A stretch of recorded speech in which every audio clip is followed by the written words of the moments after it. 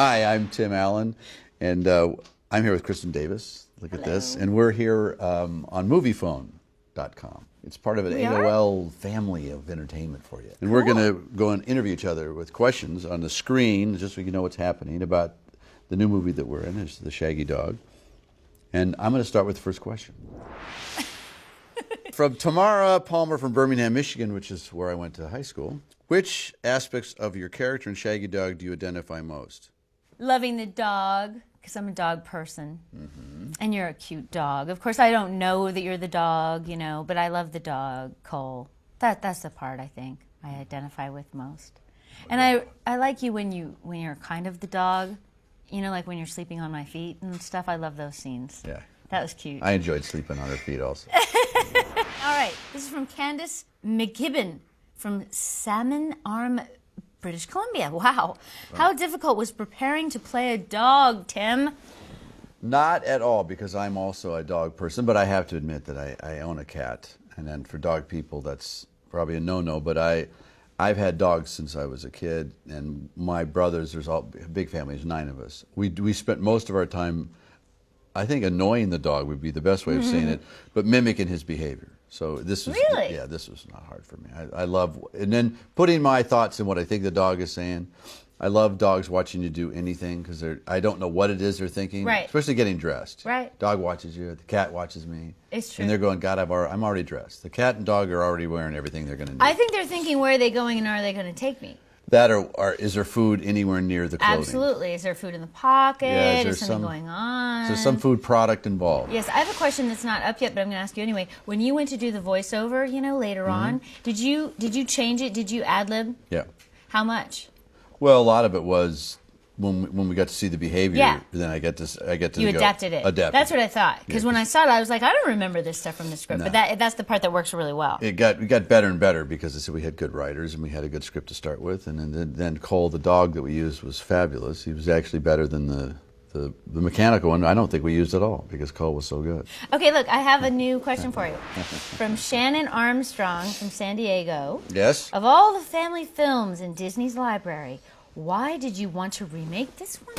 That's good. Well, I liked Darby O'Gill and the Little People. I also liked... Who? What? Darby O'Gill and the Little People. Explain. You're way too young. Okay.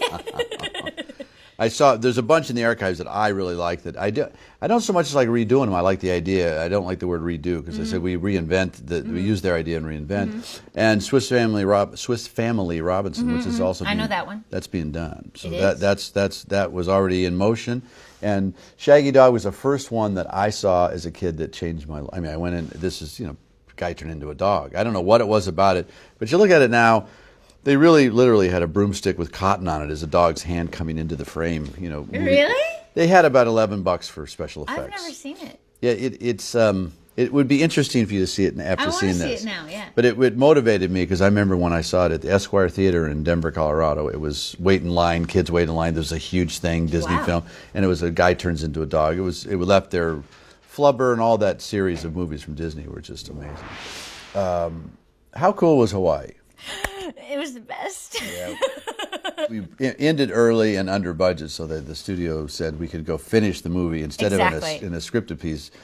And where did we shoot this? Waimea Bay. Yes. It was beautiful. It was so beautiful that when you see the movie, it looks fake. Yeah. Like everyone I saw the movie with said, where did you guys get that paint, background? But it's real, and the waves are real, and it was incredible. And the funniest thing was when we went, it was we had just finished winter. It was March or something like this, and we were all pale, and they wanted us to be tan, and I didn't want the spray tan. I did not want that spray tan, and she hunted me down. Oh, she hunted me down. I lost my cell phone for a little while so that she wouldn't get me, but she was like, you have to be tan, you have to be tan, you have to be tan, and they finally found me and sprayed me down. But I looked so pale. In a hotel room in Hawaii, they get plastic wrap all in this bathroom. It was hysterical. It was embarrassing. It was embarrassing, because you had to be naked. Well, I wasn't naked. You weren't naked? She took me to be naked. I know. It was awful. Yeah. It was traumatic. It was traumatic. You know. Oh, boy. Linda Rogers from Albany, Oregon would like to know, Tim, do you miss being in front of a live audience as a stand-up comedian? Good question. It's a great question, and yes, I do miss it. I've tried and been back and forth to I do stand-up comedy shows for the Hollywood YMCA for their kids programs and raise money wherever I can for that. And I don't have the same hunger I had when I started out. I've now been quite successful. So when you're starting out as a comedian, some of the stuff that powered me was having no money. So I went to New York and Los Angeles and did clubs. And I don't have the same drive, but I really enjoy it. So where I find most of my humor is in between takes on set. That's what I was going to say. I was going to say, see, he still does stand up. He just does it on the set in front of the crew, and the crew is pretty darn big. You've got an audience of, like, audience, 100 or whatever, and he's very funny. But sometimes it's at the expense of other people. Not me.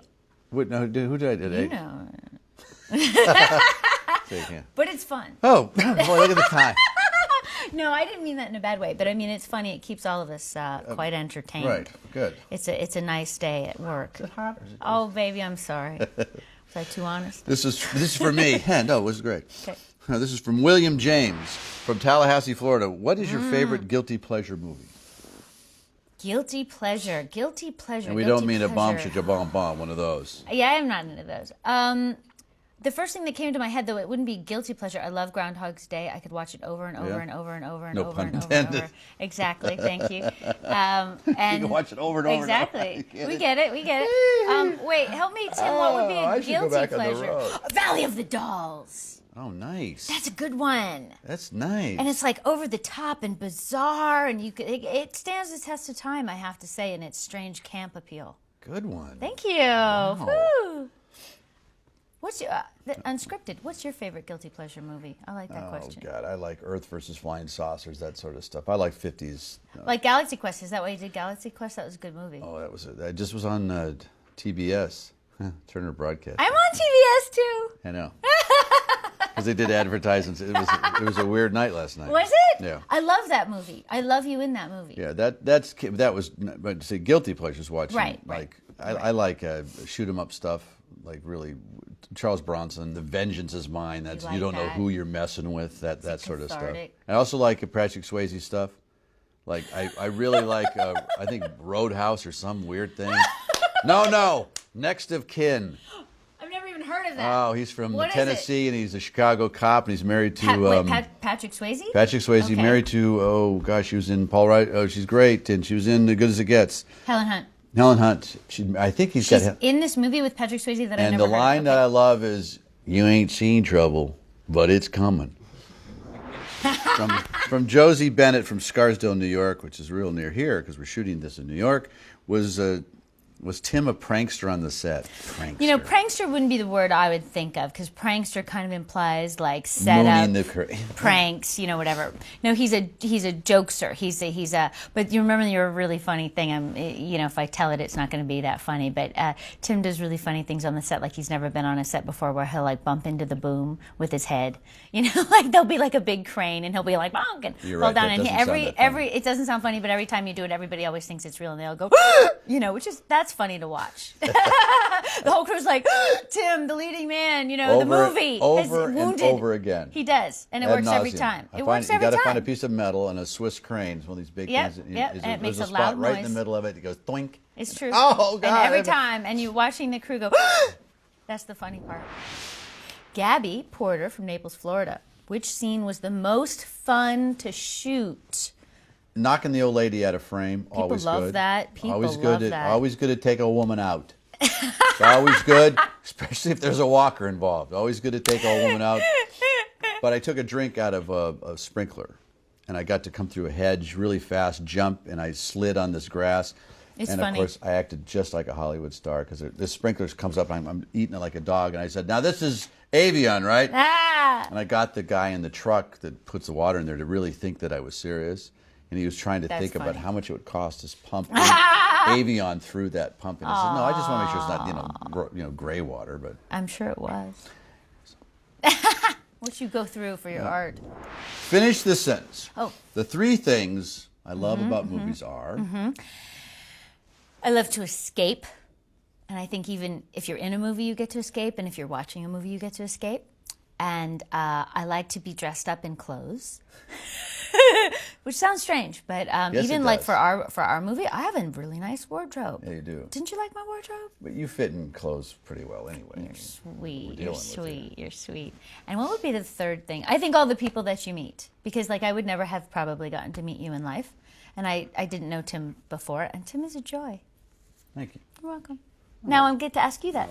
The three things that you love about movies are. I love going to matinees by myself with I get one McDonald's single, and I get it in the bag. And then Raisinets, and I love escaping by myself. And I love seeing trashy sci-fi or action adventure films by myself, so I don't have to excuse it. Or the one with the puppets I liked, America's Heroes, or what was it? Oh, the Team one that America. made fun of us. Yeah. Team America. Yeah. That was That was I funny. like seeing trash. That wasn't trash. It was hysterical. Yeah. I love the people I meet. I Yeah. love the same thing. Yeah. And I love this business because it's an art form frame by frame, and I'm a film student, and I love the art form frame by frame. It's each frame you get to set up people walking through it. It's so much more involved than I ever thought. I mean, the acting craft is wonderful, the film craft is wonderful, the sound, everything about it I love, because each element is a little piece of art. And It's true. And everyone's really good at their job. everybody's good I at what like they that. do.